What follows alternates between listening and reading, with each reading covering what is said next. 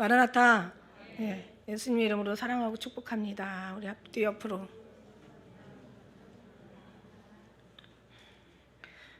예수님의 사랑으로 사랑합니다. 예, 이제 그 출애굽기 대단원의 막을 내리고 이제 다니엘서를 시작하는데, 아시다시피 다니엘서는 몇 장으로 되어 있다? 제가 말 안 할 줄 알았어. 12장으로 되어 있어서 그렇게 길지는 않을 것 같은데요. 오늘은 이제 다니엘 서론을 얘기하는데, 저는 다니엘 생각하면 이제 지금 여기 지금 소년 다니엘이거든요. 왜냐하면 이제 이후로도 나라가 3번을 바뀌고, 국무총리를 거의 4대를 4번에, 그러니까 3대 그 나라 안에서 거의, 그러니까 메대 바사까지 하면 네 번의 국무총리를, 그러니까 70년이 지났죠. 바벨론에 그 유다를 침공했을 때 제일 1차 포로로, 그러니까 세 번의 침공을 하잖아요. 그 성경에 기록된 말에 의하면, 말씀에 의하면 3번을 침공할 때 제일 1차 포로로 이제 끌려간 다니엘이에요. 그래서 그때 다니엘서가 보면 이제 그 후로도 70년을 살잖아요. 그러니까 이때는 어린 소년이라고 볼 수가 있는 거예요. 그리고 또 소년 얘기하면은 저는 그 우리 중고등부 그때 수련회 있을 때 제가 그때 주님의 은혜 이제 받은 그 말씀 속에 요셉도 되게 15살 되게 어렸고, 그 다음에 또 있죠. 또 다윗도 소년 다윗이었었죠. 그러니까 다윗과 요셉과 다니엘. 신약으로 와서 누가 있을까 했더니 사도 요한, 사랑하는 제자 요한이 그때 한 15 정도. 그러니까 굉장히 이쁘고 아주 그냥 진짜 뭐 어떻게 뭐 정말 눈에 넣어도 정말 부족할 정도로 아주 굉장한 어떤 그런 이제 그 하나님의 신의 감동과 은총과 하나님의 어떤 영을 충만하게 받은 사람들이에요. 그러니까 말하자면 이제 성경의 대표지만 사실 하늘나라를 대표하고, 근데 사실 어렸을 때부터 이렇게 하나님 앞에 제대로 된 훈련을 받은 그 또 하나님의 선택된 그런 사람들에 의한 하나님의 어마어마한 또 그 계획과 섭리가 따르시겠지만 그들의 역할 또한 대단했던 것 같아요. 다니엘도 마찬가지예요. 다니엘서 우리가 오늘 서론을 공부하는데, 다니엘서의 주제 중심 그 내용을 보면은 사실은 다니엘서에 특별히 이제 이런 이제 제국들이 나오는데, 이스라엘을 굉장히 괴롭혔던 어마어마한 제국들이 있잖아요. 출애굽기 우리가 지난번에 본 거에 의하면 애굽, 그죠? 애굽 그 제국이 있었고, 그 다음에 완전히 이스라엘을 멸망시킨 아수르 제국이 있잖아. 또 아수르 제국을, 또 아수르는 그러니까 당시 때마다 어마어마한 정말 무너지지 않을 것 같은 나라지만은 그러나 결국 무너져요. 그죠? 그래서 아수르를 점령한 나라가 바로 바벨론. 이제 바벨론에서도 그 또 구 바벨론이 있고 신 바벨론이 있어요. 그래서 신 바벨론을 갈대아인이라고 또 부르죠. 그래서 보면은 갈대아인이라는 언어가 나오잖아.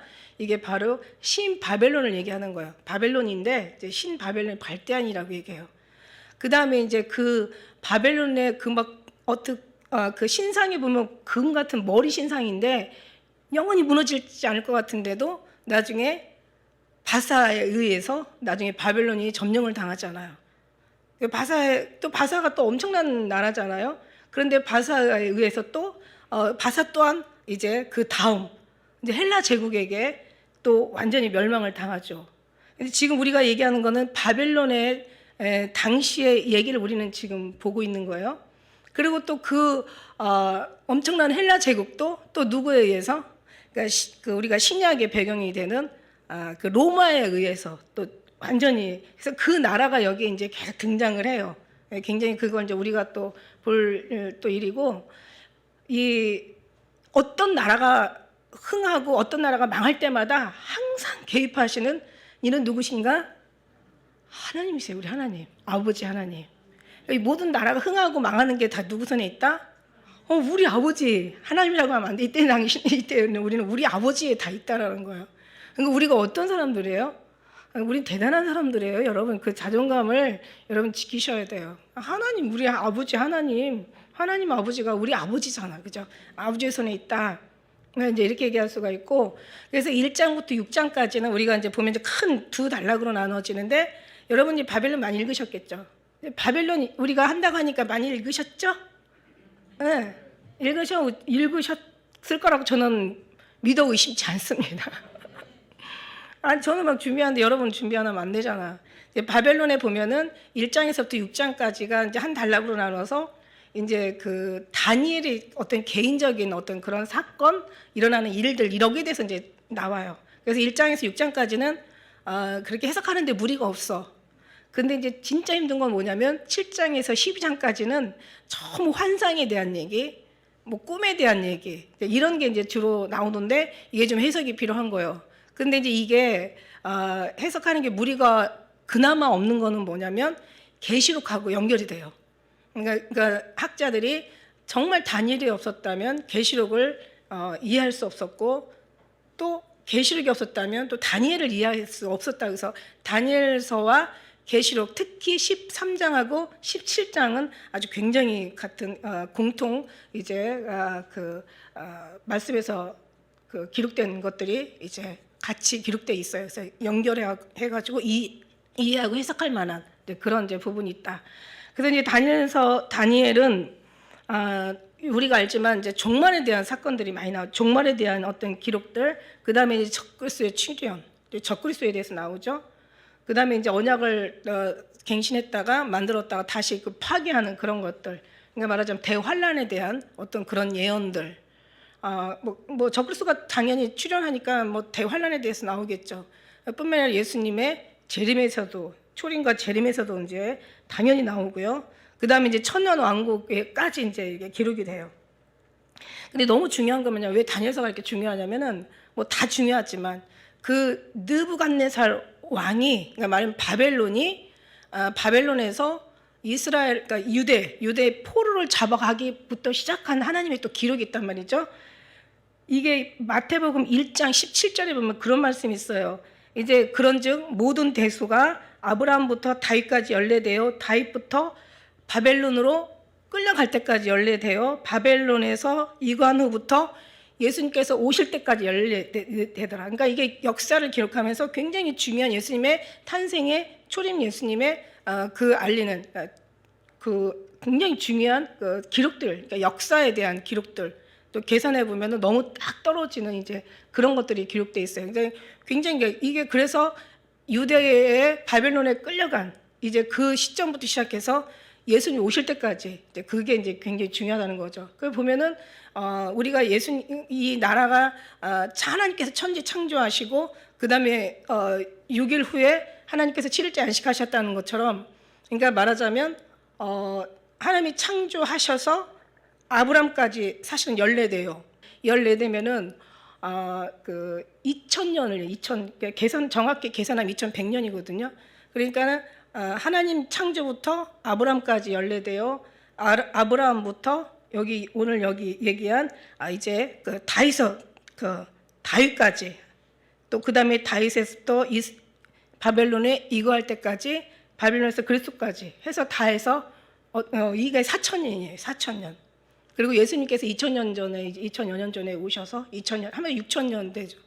그래서 지금 이제 그나마 가장, 그러니까 지금까지 살아온 주님의 마지막이란 종말이라는 어떤 그런 이제 하나님의 어떤 그런 그 뜻이 가장 지금이 그러니까 6000년이 지난 거에 말하자면, 그리고 이제 지금 어느 시점인지 모르지만 가장 지금 임박해 와 있다. 이제 이걸 우리가, 그러니까 마지막에서도 마지막 끝 자락에 있다. 이게 이제 이거는 이제 어떤 이견이 없는 거예요. 말하자면 그 정도 지금 때가 가까이 왔다. 종말이라는 것은 언제부터가 종말이냐면, 성경적인 종말은 예수님께서 하늘로 가시고 그 다음에 성령이 임한 그 다음부터 지금까지 계속 종말로 이제 성경을 보고 있는데, 우리는 종말이라는 것이 이제는 언제일지 모르잖아요. 진짜 거의 6000년은 단지 지나갔고, 언제 하나님께서 더 믿음의 사람들을 부르시기 위해서 또 하나님께서 더 많은 날들을 우리에게 지금 허락해 있는지도 모르겠다. 예. 그러니까 지금 굉장히 중요한 시점에 우리가 지금 있는 거예요. 그러니까는 여기서 보면은 참 우리가 은혜되고 또 굉장히 교훈돼야 될 게 많은 게 뭐냐면, 성경은 이게 어디까지나 하나님의 말씀이잖아요, 그죠? 그리고 성경에 나오는 모든 기록들은 하나님의 교훈을 삼아야 되는 거잖아. 하나님의 이 교훈이잖아요, 그죠? 하나님이 우리에게 주시고자 하는 교훈이잖아. 근데 하나님이 보통 이렇게 망하고 흥하는 거에 그 모든 기준점은 어디냐는 거죠. 성경에 나와 있잖아요. 내가 말하는 명령이나 내가 얘기하는 규례, 내가 너에게 말하는 법도를 네가 잘 지켜 행하면 천대를 복을 받고, 그러나 너희가 내 말을 준행하지 않으면 3, 4대가 망한다. 이제 저주를 받는다 이렇게 얘기하시잖아. 그러면 어떻게 보면 우리가 하나님의 말씀에 순종하면 너희가 복을 받고, 하나님의 말씀 내 말 안 들으면은 저주를 받아. 어떻게 보면 조금 우리의 어떤 기준으로 볼 때는 조금 좀 치사하다 이런 생각이 들지 않을 수 없죠. 뭐야? 내 말 들으면 복을 받고 내 말 안 들으면 저주를 받아. 이러면은 좀 그렇잖아요. 좀. 그런데 이거는 보통 하나님이 하시는 말씀은 이 정도가 아니라 어마어마한, 이거는 개인적인 게 아니라 이게 나라적인 게 아니라 전 세계적이고 우주적인 거예요. 그러니까 하나님 말씀 그만큼 우리가 순종했을 때 어마어마한 축복이 임한다는 거고, 그냥 우리 생각하는 그 정도의 어떤 조그만 형통이나 복을 얘기하는 게 아니라 영원한 진짜 어마어마한 그런 축복을 얘기하고 계시는 거고, 듣지 않았을 때는 어마어마한, 정말 우주보다 더 어마어마한 저주를 받는 거야. 그러니까 우리가 기왕에 하나님을 사랑하려면 어떻게 사랑해야 된다? 전심을 다해서 사랑해야 된다. 뿐만 아니라 목숨을 다해 주면 사랑해야 된다. 그러니까 조금만 사랑이 아니라 나의 사랑을 정말 나의 사랑하는 자가 나의 사랑을 입을 것이고 나를 간절히 찾는 자가 만난다고 했으니까 정말 간절하게 아주 간이 저리도록 간이 저려지도록 하나님 앞에 정말 마음과 목숨과 정성을 다해 주면 그런 사랑하는 그런 모습이 정말 우리의 모습이어야 될 줄로 믿습니다. 그게 이제 우리가 어떤 성경을 갖다 펼쳐도 하나님이 원하시는 그런 말씀이에요. 그러니까 모든 나라가 흥하고 망할 때마다 거기는 항상 하나님의 은혜가 있었는데, 저는 이걸 보면서 하나님 그렇게 사랑하는, 하나님 그렇게 살리시고 그렇게 축복하시고 그렇게 하나님께서 기뻐하시는 그런 나라를 이렇게 적의 손에 붙여가지고 이렇게 오늘 이제 내용을 보면 참 기가 막히죠. 아주 그냥 정말 멸망시키려고 하는 이 멸망시키는 이런 것, 결국 하나님이 다 손에 붙여가지고 바벨론에 붙여서 포로가 되게 하고, 그 다음에 하나님 그 가서 이제 어떤 그 포로의 삶을 살게 하고, 하나님이 있는 모든 전의 기고 기물, 심지어는 성전까지 다 회파하고 불태우고 막 아주 완전히 싹 그냥 완전히 초토화시켜 버리고 가는 그런 부분들을 하나님이 보시면서 정말 주님 얼마나 화가 나셨으면, 성경에 보면 너희 기다리고 있어. 내가 열왕을 준비해서 너희들 그냥 다 죽여버릴 거야. 다 초토화시켜. 내가 긍휼히 보지도 않을 거고 아껴보지도 않을 거라고. 네가 어떤 상황에도 손을 들지 않아. 내가 너희 소리를 전혀 듣지 않을 거고 너희들 하는 대로 내가 갚아줄 거야 막. 그러니까 하나님께서 그렇게만 해야 되는 어떤 주님의 어떤 심정을, 우리가 사실 성경을 많이 본 사람들은 진짜 뼈도 못 추리게 생긴 상황에서 그래도 뼈라도 추리게 된 게 참 감사하다라는 생각이 아마 들어갈 거예요. 내가 하나님이라면 아주 뼈도 못 추리게 싹 뼈까지 녹여버릴 것 같은데, 하나님은 그렇지가 않으세요. 항상 어떤 멸망 중에도 어떠한 그런 환난과 대업 심판 중에도 항상 하나님 그루터기는 남기신다는 게, 이게 정말 어떻게 보면 은혜예요. 그루터기는 뭐냐면 완전히 주님 앞에 아주 그 뿌리를 탄탄히 묶고 사는 사람들이지, 그냥 대충 신앙생활하는 사람들이 아니죠. 여기 보니까 다니엘 같은 사람, 사드락과 메삭과 아벳노고 같은 그 친구들의 그 어떤 신앙 대단하죠. 목숨 절개 신앙이죠. 순교 신앙, 목숨을 내놓는 신앙이고 아주 그냥 일사각오의 신앙인 거예요. 그죠? 이런 걸 우리가 이제 한번 그 1장에서 6절까지, 특히 원래 갈 것도 없이 1장에서도 그들의 교훈을 우리가 이제 볼 수가 있는 거죠. 다니엘이라는 뜻은 하나님께서 하나님은 심판하시는 자라는 그런 어떤 뜻을 가지고 있어요.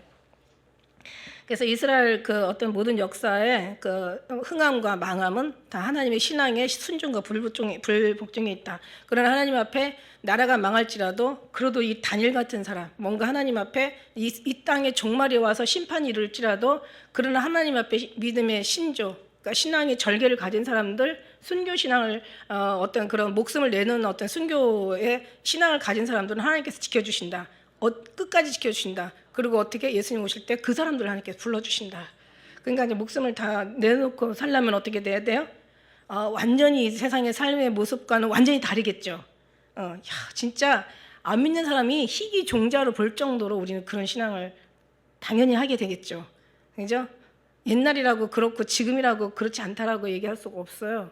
우리는 정말 하여튼 봅시다. 우리 다니엘서에 그 나중에 이제 가면서. 그래서 이제 다니엘은 느부갓네살이 1차 침공 때, 그러니까는 원래 망하는 건 BC 그 586에 완전히 망해요. 근데 그 훨씬 전에 605년에 BC 605년에 바벨론으로 끌려갈 때 우리가 여기서 보겠지만은 이제 그 다니엘과 몇 명, 그때 이제 몇 명이 끌려가는 거예요.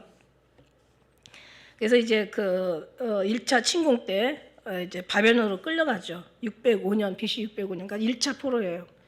그리고 605에서 또 583을 빼면 586을 빼면 얼마가 돼? 그 후로도 또 이제 계속 2차, 3차 끌려가는데 이때는 이제 적은 사람 몇 사람이 끌려가는 거예요. 그러니까 결국 하나님에 대한 어떤 충성심과 또 지혜와 총명, 어떤 그런 탁월한 영성을 가진 이제 그런 사람들, 학문가 여기 말씀해 보면 제주가 또 명철이 풍부한 이런 사람들을 이제 귀족들을 몇 명을 데려갔죠. 그 다음에 이제 우리가 에스겔 14장 4절에 말씀해 보면 의인 3사람이 나와요. 누가 나오냐면 이제 하나님께서 심판할지라도 누가 누구만 구원받는다? 노아와 욥과 다니엘에 대한 얘기가 이제 또 2차례씩 거론이 되죠. 그래서 의인으로 분류되는 다니엘이죠. 그러니까 하나님이 심판하실더라도 에스겔은 어떤 사람이야? 에스겔은 바벨론 때 그때 이제 그 사람도 이제 그 유다인으로 포로였잖아요. 그때 에스겔이 환상을 보면서 하나님이 심판하는 장면들을 봐요. 왜 심판하는지를 봐요. 어마어마한 이 사람들이 심판을 받을 수밖에 없는 죄악 가운데 그냥 우상 숭배가 완전히 그냥 엄청났었죠. 이제 그런 상황에서 그때 한 의인을 얘기했을 때 내가 이것들을 다 멸망할 때 당시에 노아나 욥이나 다니엘 그 사람들만 있으면 그 사람만 남겨놓고 내가 다 멸하겠다라는. 그러니까 우리의 신앙이 노아, 그다음에 욥, 그다음에 이제 우리가 다니엘을 신앙을 하면 또 교훈을 삼을 수가 있겠죠. 그런 의인으로 되고, 그다음에 다니엘 예언하는 것 중에서는 이제는 그 바벨론 그 제국 이후로 아까 얘기한 대로 바벨론 또 바사 또 페르시아 헬라 제국 로마 제국 여기에 대한 이제 쭉 이제 앞으로 있을 일에 대한 그런 예언이 있어요. 그다음에 이제 70일에 대한 그 비밀, 예수님께서 이제 이 땅에 재림하시는, 그러니까 초림하시는 그런 대환란의 그 지속 기간들, 그다음에 그 그리스도의 성전 제사를 금하고 우상을 이제 다시 세우는 시기, 마지막 때에 대해서 여러분 잘 아는 3년 반에 대한 거 계시록에서도 많이 봤죠. 이제 거기들 그 3년 반에 이제 모든 성도들의 이제 그 모든 것들이 다 이제 하나님 앞에 그 권세가 깨어지는 것에 대해서 예언을 하죠. 이런 반응이 있어요. 이런 일들이. 그래서 이런 걸 우리가 보면서 이제 말씀을 또 알고 들어가서 보고, 여러분이 또 혹시라도 더 볼 수 있으면은 원하면 주석 같은 데 찾아보시면 돼요. 다니엘 주석 같은 거, 아니면 또 이런 성경에 보면 또 여기 쫙 서론에도 뭐 나오잖아요. 뭐 어떤 시대적 배경, 또 핵심, 또 왜 주요 내용 이런 것들 나오니까 한 번씩 보면서 들어보면 좀 훨씬 더 모르고 가는 것보다 알고 가면 은혜가 더 되지 않을까 그런 생각이 들어요. 그래서 오늘 1장 1절을 보니까 유다 왕 여호야김에 있는 지 3년에 바벨론 왕 느부갓네살이 예루살렘에 이르러 그것을 에워쌌더니 뭘 에워쌌어요? 예루살렘에 있는 성을 에워싸는 거죠. 여호야김은 알다시피 역대상 3장 15절의 말씀에 보면은 이제 그 유다 왕 요시아의 그 둘째 아들 시드기야가 셋째 아들로 이제 거기 기록이 돼 있죠. 역대상 3장 15절의 말씀에 보면, 그러니까 자기 동생 그 여호아스가 3개월간 이렇게 이제 권력을 잡다가 그 애굽의 그 왕의 느고 왕에 의해서 이제 폐위가 되고, 그 다음에 유다의 그 16대 왕으로 이제 등장하는 이제 그 내용이 역대상 3장 15절 나와요. 그 다음에 이제 열왕기하 23장 36절에 보니까 그 이제 이 그 여호야김이 25세 왕이 되고 예루살렘에서 11년을 통치하는 거예요. 근데 왜 하나님께서 이런 나라들을 왜 이렇게 멸할 수밖에 없냐? 이게 엄청난 하나님의 그러니까 이스라엘은 얘기할 것도 없어. 이스라엘은 아주 그냥 역대 왕이 한 사람도 멀쩡한 사람이 없어. 다 정말 하나님 앞에 막 그야말로 진짜 완전히 그냥 뭐 읽을 수도 없을 정도로 야 이건 진짜 이거는 인간들이 아니야라고 할 정도로 그만큼 하나님 앞에 배역 아주 정말 극악무도한 어떤 그런 우상숭배를 해가지고 결국은 이제 막 애굽 아수르에게 완전히 초토화되잖아. 이스라엘 흔적도 없어요. 하나님은 혹시라도 그 나라가 생길까봐 아예 그냥 싹 없애버리고 그리고 그 백성들을 다 각 그냥 뿔뿔이 그냥 다 각 다른 전혀 이방인 나라에다 그냥 아예 그냥 다 심어버리잖아. 다 그냥 노예로 팔아버리고 아예 그냥 없어요. 그나마 유다는 이제 같이 뭉쳐서 이제 바벨론을 잡아가고 거기에서 그나마 다시 70년이 지난 다음에 예레미야의 그 예언을 통해서 다시 이제 그 귀환을 시키는 이제 그런 장면이 나오는데 이제 우리가 뭐 그 하나님에 의해서 하나님께서 멸망하기로 생각한다면 누구도 막을 수가 없다는 거죠. 그래서 이제 역대하 36장 5, 6절에 보면 여호와김이 그 11년을 치리하고 하나님 보기에 악을 행하였더라 이렇게 얘기를 해요. 이들이 악을 행한 것은 우상숭배죠. 그리고 거기서 바벨론을 이제 3년 동안 바벨론 섬기다가 이제 5년 동안 또 이제 바벨론의 어떤 그런 뜻을 거역하는 거예요. 그래서 다시 이제 친 바벨론에 의해서 이제 뭐 암살되었다는 그런 얘기가 있는데 어쨌든 간에 그 여호와김 위에 있는 지 3년. 여기 이제 우리도 한번 좀 이렇게 그러니까 이게 시험에는 안 나오는데 이렇게 뭐 알아도 되고 몰라도 되는데 성경을 구석구석 판 사람들에 의해서 보면은 이상하다.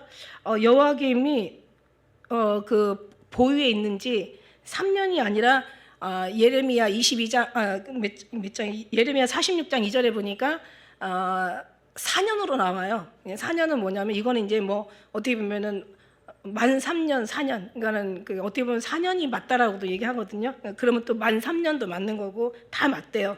그게 표기가 돼 있고 그래서 이제 다니엘 말대로 여호와김 3년에 뭐 시작했다도 무리도 아니고 4년에 했다 4년이라고 해도 무리가 아닌데 어쨌든 간 이때 이제 바벨 왕 느부갓네살이 예루살렘 이르러 그걸 이제 에워싸서 이제 침공을 하는 거죠. 그래서 1차 침공 때는 아까 우리가 알다시피 2절하고 3절에 그때는 이제 그 몇 사람만 잡아가죠. 그 보면은 그 3절에 보니까 한관장 아스푸나스에게 명하여 이스라엘 자손 중에 왕족과 기죽의 몇 사람을 잡아가요. 그 다음에 이제 그 기구, 그러니까 말하자면은 그 예루살렘의 그 하나님의 기구를 2절에 보니까 다 가지는 게 아니라 전에 기구 얼마를 가져가요. 조금 가져가요. 근데 나중에 이제 굉장히 이제 2차 침공 때는 막 전에 모든 이제 열왕기하 24장 10절에 16절에 나왔는데 그때는 모든 보물 왕궁에 있는 것들을 막 다 가져가고 막 그 기명들 전을 막 회파하고 그다음에 그 기능국마저도 잡아가. 그래서 몇 명을 잡아가냐면 1만 명을 잡아 1만 명을 포로로 데려가는 거예요. 2차 침공 때. 그리고 이제 그 2차 침공 때가 598년 BC 598년. 뭐 이게 시험원에는 안 나와도 그래도 알아두셔야죠, 그죠? 그다음에 이제 3차 침공 때가 이제 마지막 이게 586년 BC 586년에 그때는 완전히 여호와의 전과 왕궁 예루살렘에 있는 모든 집을 다 불사르고 다 회파하고 성벽을 다 헐고 그다음에 이제는 빈천한 사람 그러니까 농사질 수 있는 사람만 몇 명 남겨놓고 이제 그들만 남겨놔서 농사짓게 하고 이제 거기에 대한 이제 뭔가 이제 물품을 바치게 하는 거죠. 그 사람들만 남겨놓고 그 다음에는 완전히 싹 잡아가죠. 그러니까 나라가 없으면 이렇게 이꼴 되는 거야. 나라가 없으면 어떻게 되겠어요? 왠지 예를 들어서 뭐 공산화가 됐다고 쳐. 절대 그럴 일이 없겠지만은 뭐 그럴 수도 있다고 그 없다라고 장담할 수 없잖아요, 그죠? 그 이제 만약 그렇게 되면 어떻게 되겠어? 왜 보통 뭐 나라가 왜 잘 살다가 어떤 공산국에 의해서 나라가 침범이 돼가지고 그들이 이제 나라를 뭔가 이제 그들이 권력으로 다스릴 때 우리 뭐 어떻게 되겠어요? 한번 생각을 해봐. 자기 재산, 그렇게 아끼는 재산이 있겠어? 자기 가족을 지킬 수가 있겠어? 자기 어떤 그런 인권을 지킬 수가 있겠어?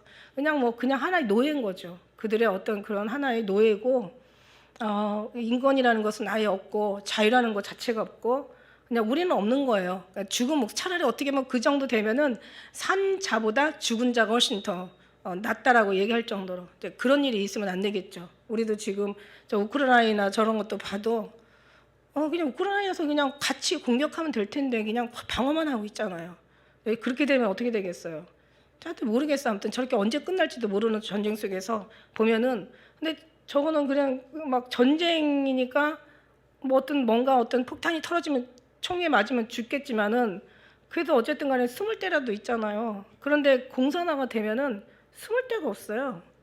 어떻게 보면 죽는 게 더 나을 수가 있어. 다 그러다가 완전히 노예를 삼을 거고 어떤 성놀이개로 삼을 거고 자기들의 어떤 그런 수하에 하나의 자기들의 물건처럼 사람들을 사용할 건데 그런 생각을 한다고 생각하면은 이거 어떻게 돼야 돼? 우리 지금 그렇게는 안 됐으니까 어떻게 지금 더 많은 주님 앞에 더 많이 기도하면서 아까 얘기한 대로 하나님의 흥하고 망하게 하는 하나님의 뜻을 보니까 순종하는 사람들은 살고 순종하지 못하는 사람들은 죽는 거.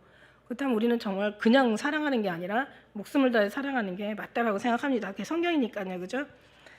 이제 그렇게 되고 그래서 나중에는 이제 모든 것들 기둥까지도 다 그냥 뽑아가고 금은 노신이 뭐니 다 벗겨가고 아주 모든 성전의 기물들을 다 바벨론으로 사로잡아 가는 거예요. 이게 이제 열왕기의 하 또 역대에 나온 거죠.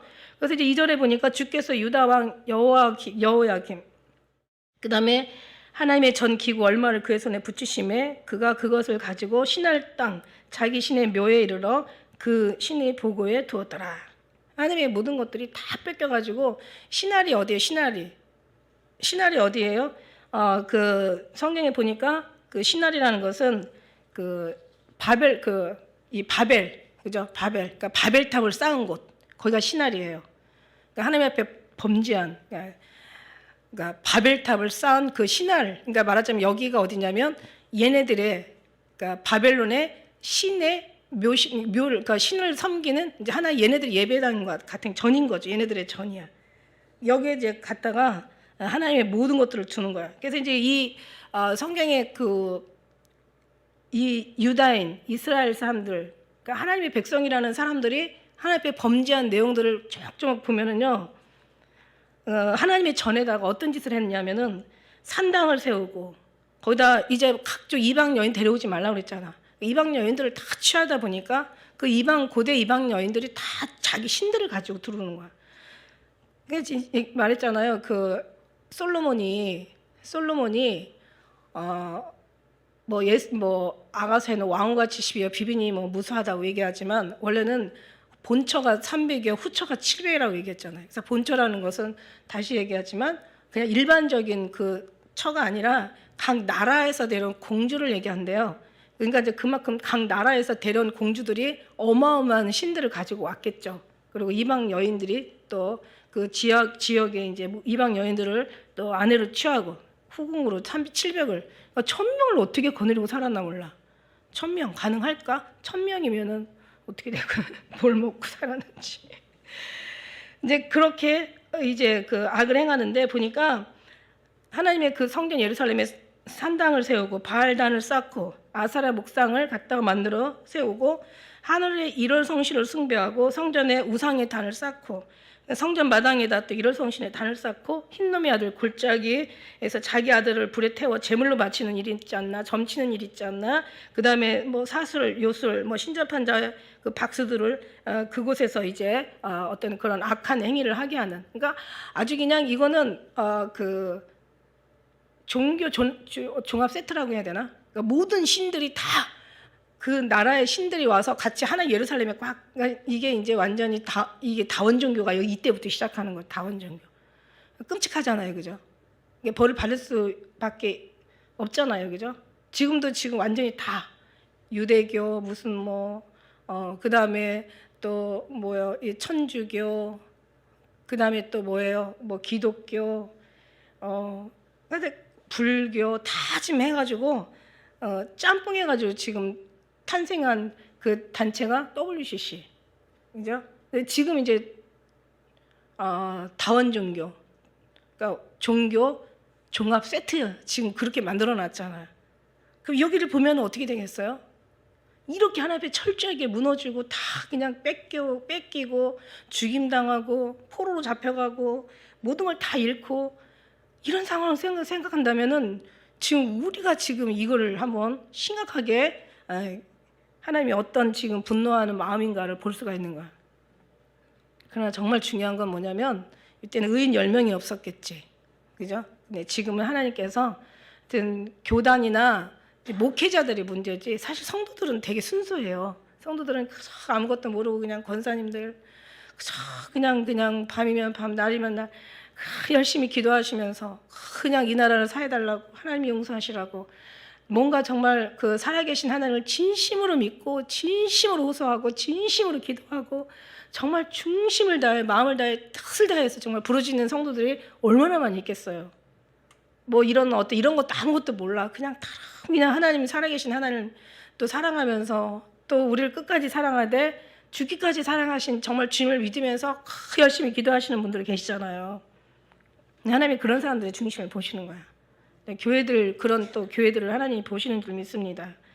그렇지 않으니까 이렇게 완전히 멸망하는 거예요. 그러니까 다른 사람 얘기할 것 없이 우리라도 진리를 찾아서 하나님의 진리는 다른 데 있는 것이 아니라 오직 예수님이 길이요.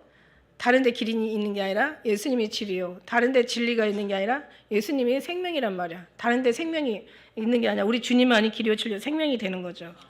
그래서 이제 우리가 그걸 이제 가지고 신할 땅 자기 신의 묘라는 것은 그 우상 전의를 얘기하는 거예요. 그 보고에 두었더라. 아까 얘기한 대로 바벨론 옛 명칭입니다. 바벨이라는 것은 바벨은 신할은 바벨론의 신의 중심지고 그 다음에 이제 이들이 정말 멸망했던 거기에 하나님의 모든 기물들이 다 들어가 있는 거야. 하나님이 어떻게 만들어 놓은 건데 우상 신전의 창고에 가득. 이건 정말 엄청나게 모욕적이고 아주 수치스러운 거죠. 신이 굴복한 거야. 하나님이 굴복하는 하나님은 아니지만 인간들로 통해서 하나님이 욕을 먹어.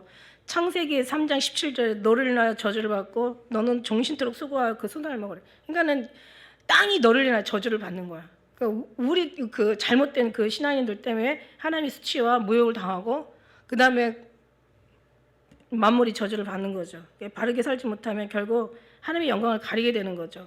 그래서 3절에 보니까 왕이 환관장 아스푸나스에 명하여 이스라엘 자손 중에서 왕족과 귀족 몇 사람을 이제 잡아가는 거죠.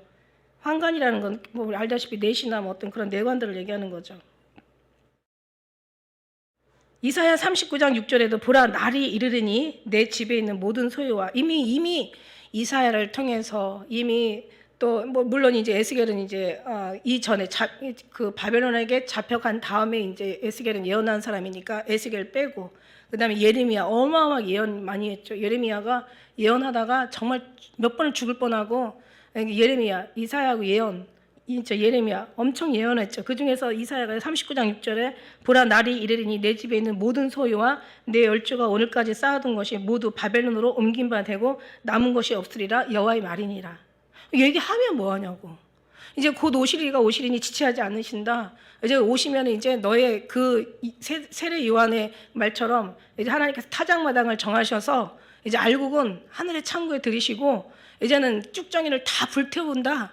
다 이제 그냥 이 땅에 다 모든 체질에 다 의해서 풀어지고 이 세상이 녹아진다고 얘기했잖아요.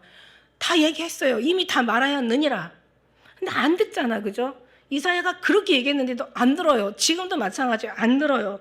이게 뭔가 축복이 되는 사람들은 들려. 근데 이게 저주가 될 사람들은 안 들려. 그러니까 우리는 지금 어때요? 여러분 들려요, 안 들려요? 들리죠. 근데 들리는 정도가 심각하게 들려요? 아니면 그냥 적당히 들려요? 이제 이게 심각하게 들릴 정도 되면 그때는 이제 우리가 예배 드릴 수밖에 없지. 어디서라도 무릎 꿇을 수밖에 없죠. 어디에 있든지 정말 구원의 하나님을 찾을 수밖에 없는 거예요. 이거는 계속 주입시킨다고 되는 게 아니야. 절대로.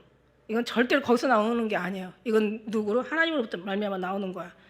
이제 보라 나리는 이제 앞으로 너희가 하나도 남김없이 다 쫓겨갈 거야. 이사야 39장 7절에는 내게서 날 자손 중에서 몇이 사로잡혀 바벨론 왕궁의 환관이 되리라 하였더라. 다 이미 얘기하시고 하나님 말씀하시고 한 번 말씀하시고 다시 말씀하시고 귀에 인치듯이 교훈하시는 하나님의 그 말씀을 너희가 들을지어다. 근데 들려야 듣죠. 우리는 정말 들을 수 있는 귀를 달라고, 귀가 있는 자들은 성령이 교회에게 하는 말씀을 들을지어다.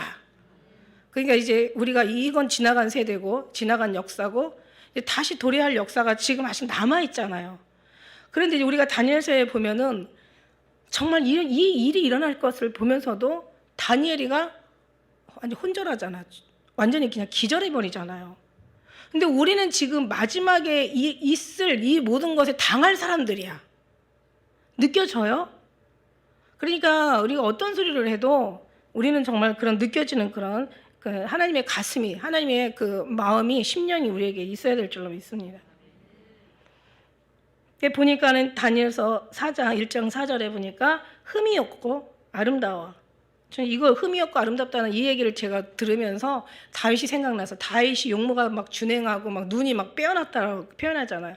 요셉도 요셉도 그 보디발 아내가 막 꼬실 정도로 굉장히 용모가 이쁜 거야. 요셉도. 그러니까 다윗도 이쁘지.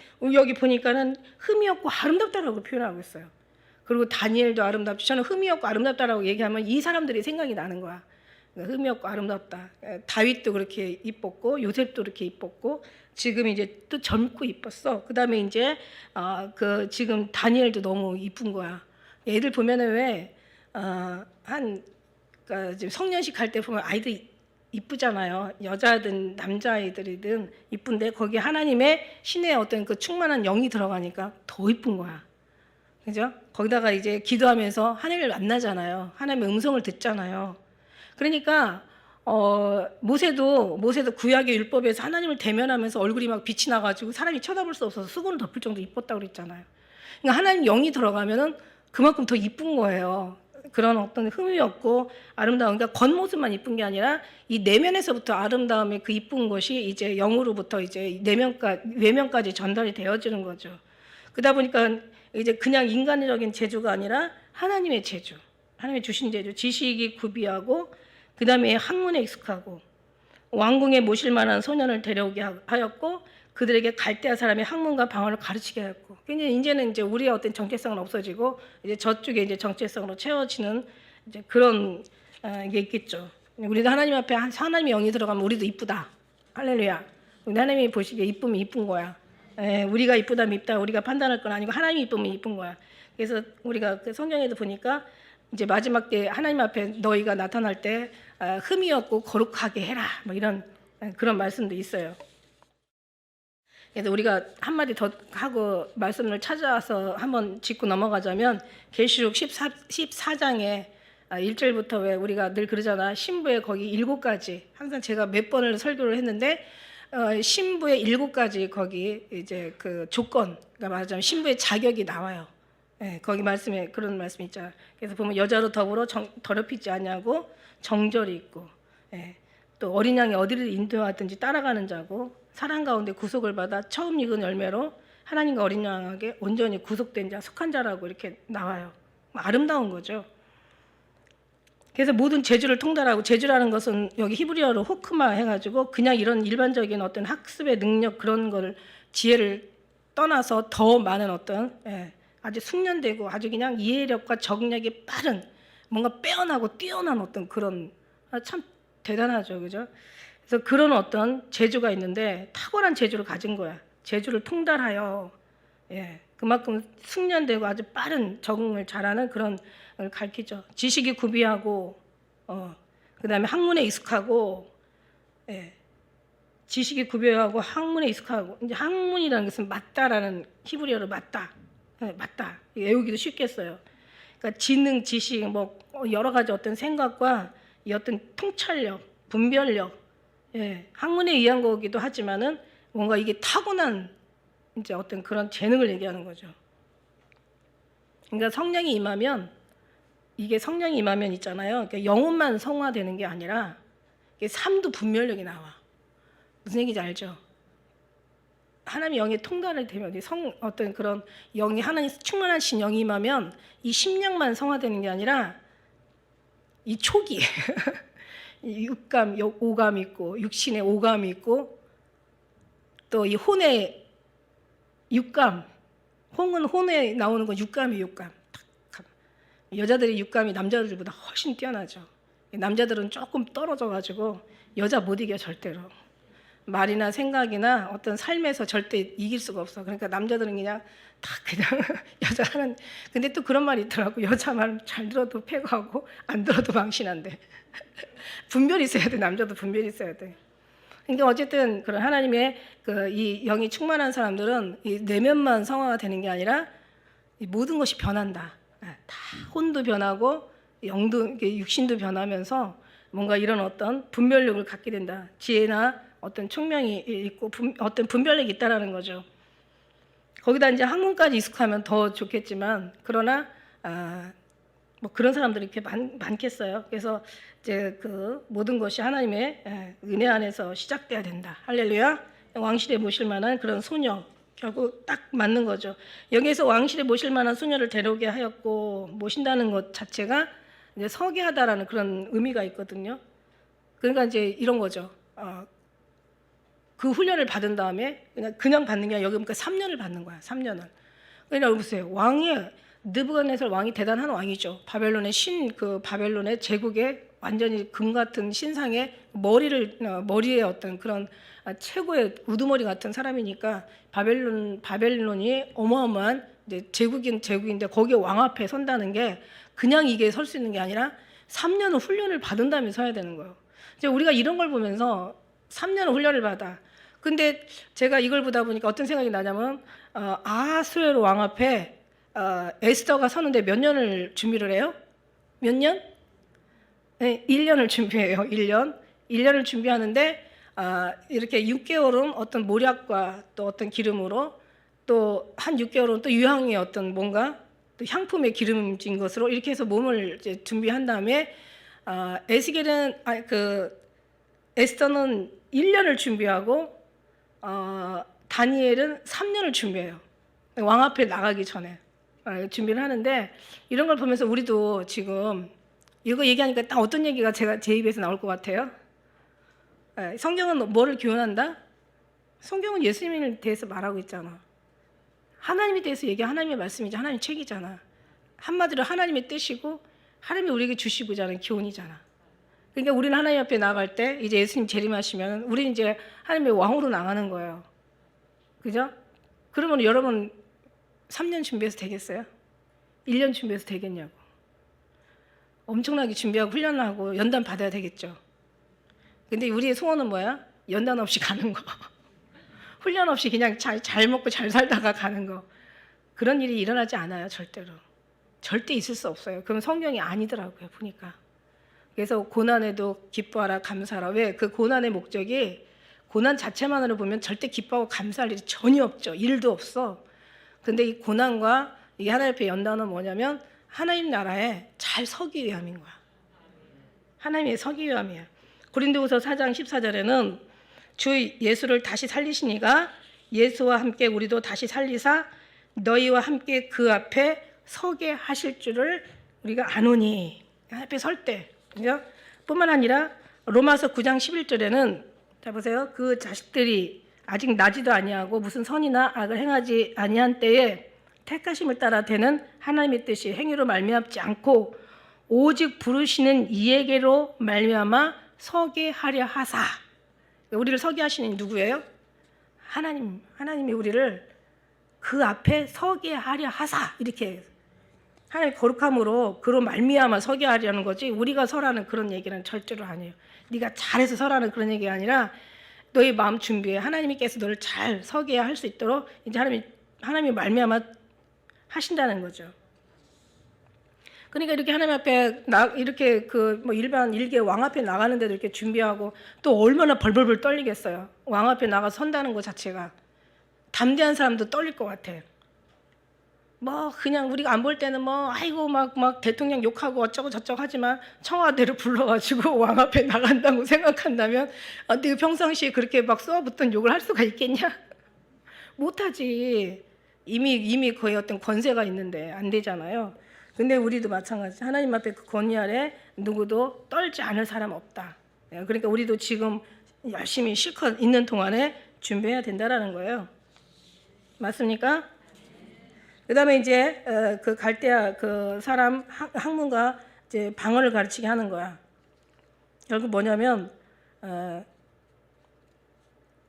어떤 이제 그 사람들의 이제 그 사상, 그 사람들의 언어, 그 사람들의 요구하는 나중에 이름까지 바뀌잖아요, 그죠?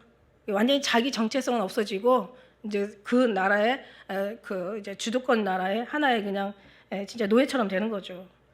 근데 여기에서 참 자기 어떤 그 신앙을 지키고 어떤 자기 믿음을 지킨다는 게 이건 보통 목숨을 내놓지 않으면은 도저히 일어날 수 없는 거죠. 5절의 말씀에 보니까 한번 5절 같이 한번 읽을까요? 5절 시작.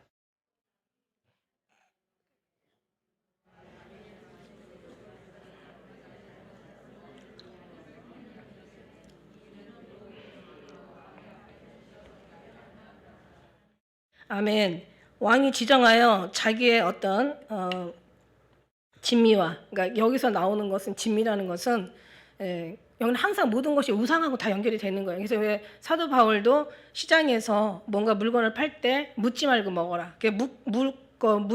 너희가 물을 때 이게 우상이 제물이라고 얘기할 때는 절대 먹지 마라 그런 거죠. 그래서 여기는 모든 것이 다 우상과 관련되어 있는 거예요.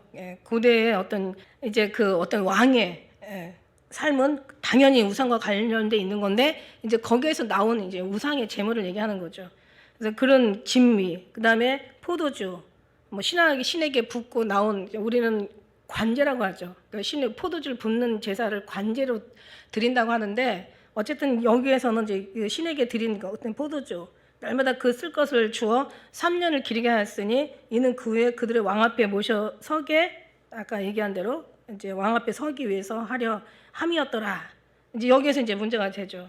우리가 이제 지금 6절은 안 읽었는데 원래는 7절까지가 또 이제 단락인데 그 3년을 그리게 하였으니 이는 그 후에 그들의 왕 앞에 이제 서기 위해서 그러니까 뭔가 이 사람들의 어떤 그런 게 있죠.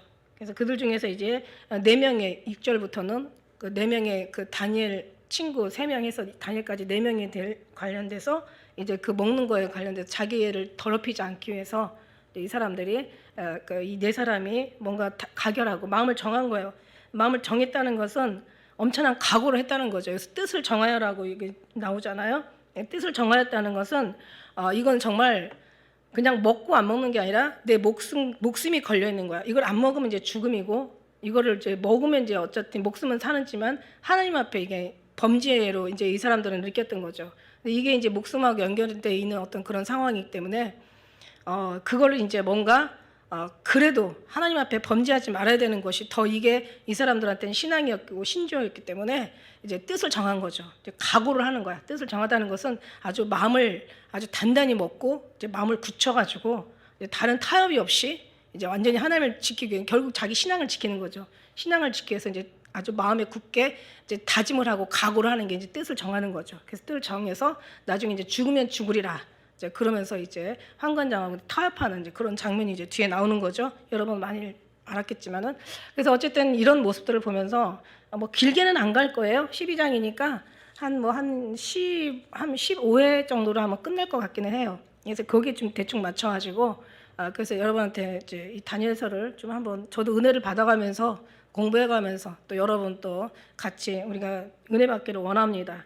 결국 이런 말씀들이 하나하나 이제 그냥 우리가 어떤 그런 조목조목 주님의 어떤 그런 그 1.1획도 하나님의 말씀은 변하거나 주님은 없어지지 않는다고 그랬잖아요. 이 세상이 차라리 없어져도 이 세상이 옷과 같이 낡아져도 하나님의 말씀은 1.1획, 그러니까 우리 1.1획도 정말 중요하게 생각을 해야 되는데 성경 말씀은 1.1획이 아니더라고요. 보니까 우리의 삶의 모든 1.1획도 다 하나님께 기록되는 거더라고.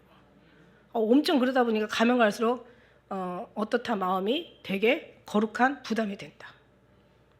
대충 이게 막 뭔가 이렇게 확 흘려가지고 산 것을 뭐 대충 보는 게 아니라 하나님 앞에는 1.1획도 다 기록이 된다라고 생각한다면 과거에 대충 살았던 어떤 삶에서 더 확실하게 분명하게 더 뚜렷하게, 그러니까는 주님이 사랑하는 자를 칭찬하시는데 내 사랑하는 자는 아름답고 뭐 정말 뚜렷하고 빛같이 아름답고 달같이 아름답고 해같이 맑고 기치를 버린 군대같이 어미한 거야. 그러니까 뚜렷하고 확실하고 명료하고, 그러니까 모든 게 하나님이 지금까지 이렇게 뭔가 뭉쳐서 갔다면 이제는 하나하나 낱낱이 그냥 쪼개서 가야 돼. 예, 그러니까 우리가 하나님 앞에 하나님을 이렇게 확 그냥 뭔가 우리 몸으로 알았다면 이제는 막 세포까지 알아야 되는 거죠. 10년 깊은 곳까지 완전히 막 척차고 채워서 막 흔들고 누르고 막 밟고 눌러서 넘쳐가지고 온전히 정말 우리가 죽음조차도 목숨조차도 하나님 앞에 내려놓는 그 정도의 어떤 신앙으로 우리가 가야 될 때 주님께서 그렇게 마지막에는 하지 않으실까. 결국 하나님이 그런 믿음을 아름답다고 하지, 성경이 얼굴이 뭐 어쩌고 저쩌고 뭐 옷이 어쩌고 이게 아니잖아요, 그죠? 성경에는 뭐 고운 여자도 헛되고 아름다운 여자도 거짓되나 여호와를 경외하는 여자가 칭찬을 받는데, 그러니까 이제 아름답다는 기준이 수준이 어떤 외모라기보다는 그 심령에 나오는 절개, 지조, 순교, 뭔가 절대적인 어떤 하나님 앞에 목숨을 내놓는 그런 신앙이겠죠. 그렇게까지 하나님이 갈 수 있도록 모든 걸 주님 인도해 주셔요. 너무 감사하죠. 그래서 그렇게 되기까지는 우리가 그냥 쉽게 갈 수 있는 건 아니고 그만큼 하나님 훈련과 연단, 그만큼 하나님 앞에 반복적인 뭔가 아주 체질화 될 수 있는 그런 하나님이 이제 그런 또 훈련을 시키신다. 그게 바로 경건의 능력이다라고 얘기할 수 있는 그런 자리 하나님께서 우리를 인도해 주실 걸 믿습니다. 두려워할 것도 없고 놀랄 것도 없고 오히려 그런 자리에 들어가서 그걸 어떤 염려할 게 없어요. 진짜 염려는 그렇게 하나님 앞에 다뤄지지 않는 것이 사실 염려스러운 거지. 저는요 지금까지 보면은 하나님이 저를 어떻게 인도하셨는지 보면은 진짜 하나님이 인도하신 그 모습이 제가 어떻게 보면은 야 이거 진짜 주님이 나 하신다. 화려하게 하는 게 아니라 다 내려놓게 하시고 막 강해서 뭔가 막 능력을 파워가 있어가지고 막 빠샤빠샤 이렇게 하는 게 아니라 아주 연약하게 하시고 뭔가를 주는 게 아니라 다 내려놓게 하시고 비우게 하셔요. 그러니까 지금까지 하나님이 이제 이렇게 인도해 주신 섭리를 제가 한번 제 모습을 통해서 가만히 봤어요. 아니 가만히 본 게 아니라 가만히 보게 하셨어요. 내가 보니까 하나님 모양은 그렇더라고. 하나님은 그렇게 우리가 생각하는 화려하지도 높지도 뭔가 많은 것을 갖지도 뭔가를 우리가 어떻게 뭔가를 취하지도 뭔가를 막 나타낼 수 있는 어떤 그런 게 아니라 오히려 아무것도 다 그러니까 외유내강이라고 얘기하나? 그러니까 이제 정말 우리 하나님의 이 속에 그 강함이라는 것이 그 강함이 아니라 약할 때 강함 대신에 뭐 이런 노래 있잖아요. 그게 결국 약함이더라고요. 겉으로는 부드럽고 이제 그런 어떤 속에서, 왜냐하면 속이 너무 많이 훈련을 받으면 잘못하면 겉으로는 뭔가 상처가 많고 또 여러 가지 또 어떤 그러니까 사람이 가까이 할 수 없는 어떤 그런 뭔가 뭐라고 해야 되나, 소외감이라고 그냥 그렇게 얘기해야 되나요? 그러니까 뭔가 이렇게 사람이 그 자괴감, 소외감, 뭔가 자기에 대한 어떤 그런 자신감이 없는 사람들은 사실 상대하기 굉장히 어렵거든요. 근데 그럴수록 우리는 오히려 더 밖에는 부드러워.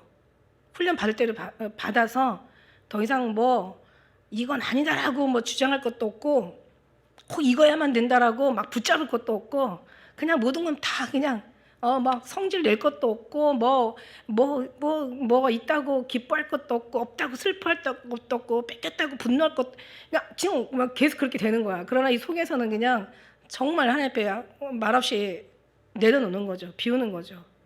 그리고 하나님 앞에 모든 걸 다 드리는 거야. 결국 보니까. 그래서 그렇게 하나님이 하시면서 결국 우리를 이제 훈련시켜 가더라고요. 이제 지금 어디까지 왔는지는 앞으로 더 가봐야 알겠지만 지금도 상당히 왔죠. 그죠? 그래서 이제 우리는 우리 주님 앞에 이렇게 이제 다니엘서를 통하여서 우리의 모습들을 한번 점검해보고 우리가 주님 앞에 드려야 될 성령이 어디로 이끌지 따라갈 수 있는 어떤 그런 우리의 삶의 주님으로 기준이 돼가지고 여러분 정말 부담 없고 염려 없고 걱정 없고 여러분이 억지로 가는 게 아니라 자연스럽게 주님 앞에 성령이 이끌려 자연스럽게 끌려가는 그런 삶 속에서 여러분이나 우리 모두가 다 정말 승리하시는 우리 되시기를 축복합니다. 기도하겠습니다.